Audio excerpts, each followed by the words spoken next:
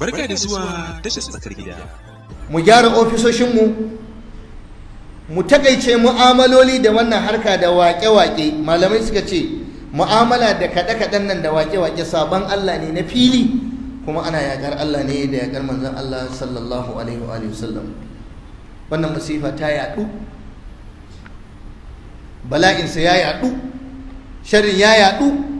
Wai har mawaƙi a ƙasar nan, mawaƙi mai waƙa mai barna mai yaɗa fasadi da barna, ya buɗe baki ya ce wai gudunmuwar da yake ba al'umma wai ta fi malaman addini, saboda yana rayuwa da al'ummar da ba su san kimar ilimi da kimar malaman addini nasu ba.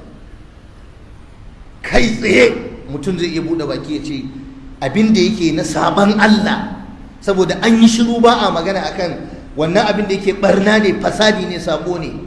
Mutane har sun mai da kiɗa da waƙa ya zama jikinsu kawai,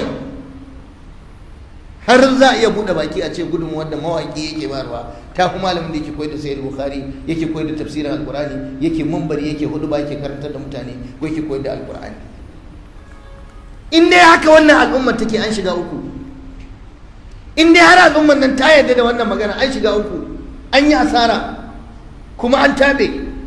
Al'ummar da za ta wayi gari tana ba wa mawaƙa da makiɗa kariya, su yi barna, su yi fasadi da zai lalata tarbiyyar 'ya'yanku, ya lalata tarbiyyar matanku, ya lalata tarbiyyar ku kanku, kuma mu wayi gari muna ba da kariya ga wannan fasadi da barna a cikin mu musulmi.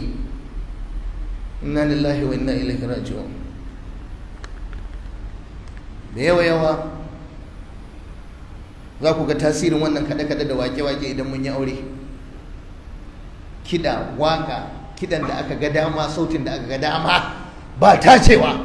Ka je gidajenmu idan za a yi aure, ka je tarurrukanmu, duk wani taro mai muhimmanci kada abinda za ku da shi kiɗa da waka, a tara mutane masu mutunci da muhimmanci, sai ga ana kunna musu waka, wai in za a entertain, wai za a ji daɗi. Amma wallahi ba za su sa Qur'ani ba, kuma taron duk musulmi ne a ciki, sai dai a sa waka da kiɗa. Wai kiɗa da waƙa har ya zama abun kwalliya da ado fil ummatil islamiyyar muhammadiyya. Idan an zo biki aure, kai tsaye na rantse muku da Allah, miliyoyin kuɗi iyaye yau suke warewa na gayyato mawaƙa da makiɗa, kuma yau gayyar makiɗi da mawaƙi akan miliyoyin kuɗi ake gayya.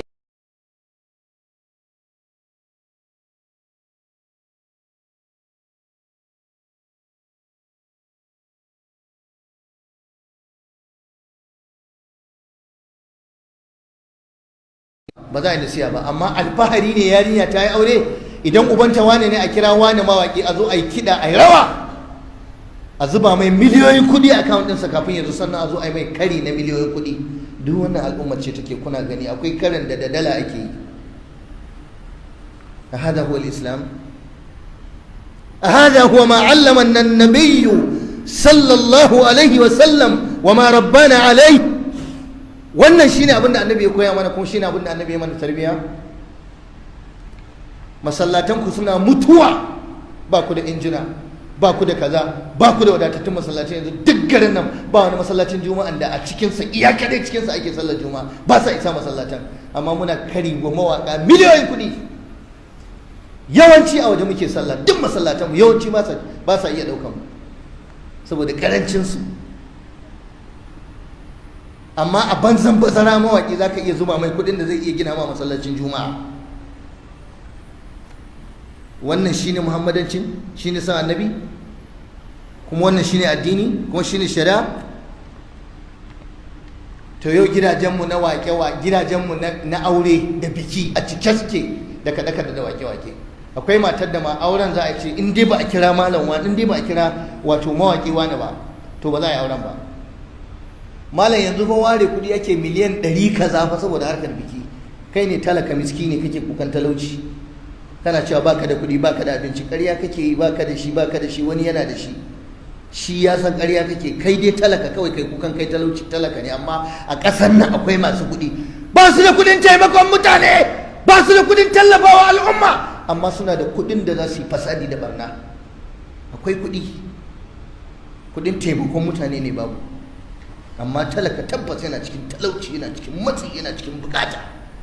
Amma ƙarya ne mai kuɗi ya rinka shiga cikin layin talaka ya ce wai bai da kuɗi yau. Ƙarya ne wallahi, sai dai wanda bai san mu'amala. Ku je ku ga in suka tashi mu'amalar su ta kuɗi, ku gane cewa ƙaryar talauci ake yi.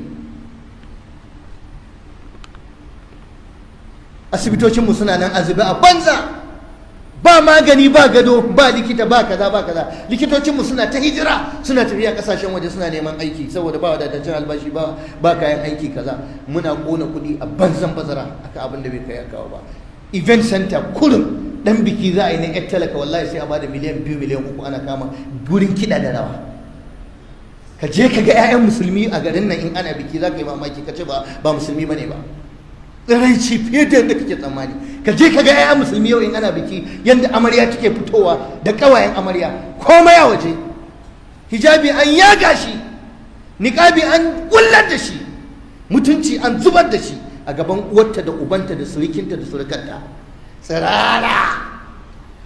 Abinda ake a coci yau shi ake yi a cikin gidajenmu a unguwanninmu.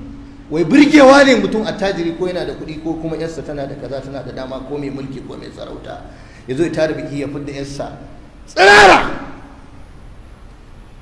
Yarinya ta fito sai kyalle kawai a kirjinta da ya rufe mata mamanta. Da cire shi kawai ma'aida kuma ku huta gaba daya, ku zama shaidanin gaba daya.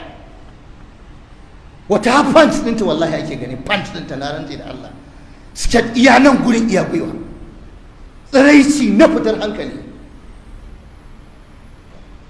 Yanzu bincike ya tabbatar mana aurarrakin da musulmi suke fasadi, suke tsiraici, billahi azimu malam munin sa ya fi na kirista a coci. Kuma ku je ku ga matan kiristan shigan da suke yi a cocin, wallahi wasu nasu ya fi tsafta sama da na musulmi. Idan ka zo gidajen rediyon mu, saka wa'azi sai ka biya, saka nasiha sai ka biya, wani program na addini sai ka biya. Amma akwai lokacin da a banza ake sa kiɗa, sai a awa guda ana sa kiɗa kyauta. Kiɗa da waka sai ga awa guda ana sa kiɗa. Amma in dai za a zo a nemi za a sa karatu ko na abu, ka je ka sha kuɗi. Magana ce ta 100,000 kaza a kwata, miliyan kaza kaza. Amma akwai waƙoƙin da a iska a banza ake saka su, saboda me? Kayan shedan ne. Kuma duk gidajen nan fa namu ne, na musulmi ne. Inna lillahi wa inna ilaihi raji'un. Maganganu na marasa na kazanta a cikin kaɗe-kaɗe da waƙe-waƙen da ake. Inda mutane masu sani ya kamata suna jin kaɗe-kaɗe, wani waƙar in ka ji wala ba ka so a daɗa maimaita ta a gidanka ba. Maganganun soyayya, maganganun siffanta jikin mace, maganganun zina, maganganun luwaɗi, maganganun neman maza, duk wani kazanta da datti da ka sani duk akwai. Yanzu yi wannan waka da aka yi a garin nan, wannan ban Allah da ya zo yi waka ake ta da kura a garin nan. Yanzu musulmi ya kamata yi wannan abu, dan musulmi wanda ya tashi a cikin musulmi.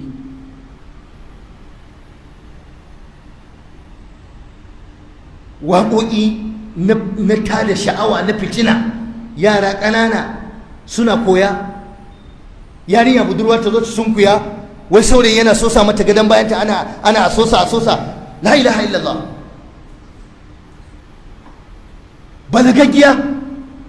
Balagagge kun wai ba za a yi magana ba? Mutane sun kama baki sun yi shiru. Wajibi ne mai wannan abin ya gaggauta tuba. A matsayinsa na musulmi muke mu'amala da shi, kuma ba shi kadai ba, da wanda za su yi nan gaba, da wanda suka yi a baya, da wanda suke shirin yi. Allah ya saka wa hukumar tace fina-finai ta Kano da alkhairi. Allah ya saka musu da alkhairi da suke ta kokarin su bi su kare tarbiyar Kano, addinin Kano, musulunci da tarbiyar mu. Kuma wajibi ne mu taimake su wallahi. Idan sun yi ba daidai ba muna sukan su, in sun yi daidai kuma mu taimake su. Mu daina bari ana yaƙar su. Musulunci suke taimaka, tarbiyya suke taimaka, addini suke taimaka. Yara suna ta faduwa wayek da neko da jarabawa, amma duk sun iya waka. Yanzu duk sun haddace waka. Kai ka ce allo aka rubuta musu ka haddace ta. to a je ma ana ta jin waƙoƙin, har kuma a zo ana koya mutane batsa. Idan yan indiya sun yi ko yan amerika sun yi ba mu da ikon mu same su, ba yan garinmu bane, ba yan addinin mu bane, ba yan kaza ba, amma dan harshen mu ya zo ya kuma zuba ido mai shiru, ba za a fadakar da shi ba, za mu yi nasiya ba. A'a, ba daidai bane. Kuma duk wanda yake taimakon mai barna da yada barna wallahi shirye ga motsa da